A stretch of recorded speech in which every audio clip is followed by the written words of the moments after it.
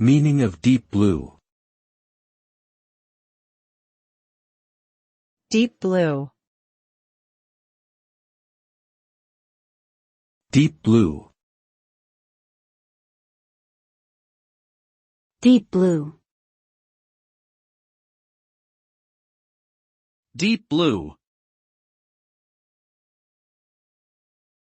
Deep Blue was a computer chess program developed by IBM.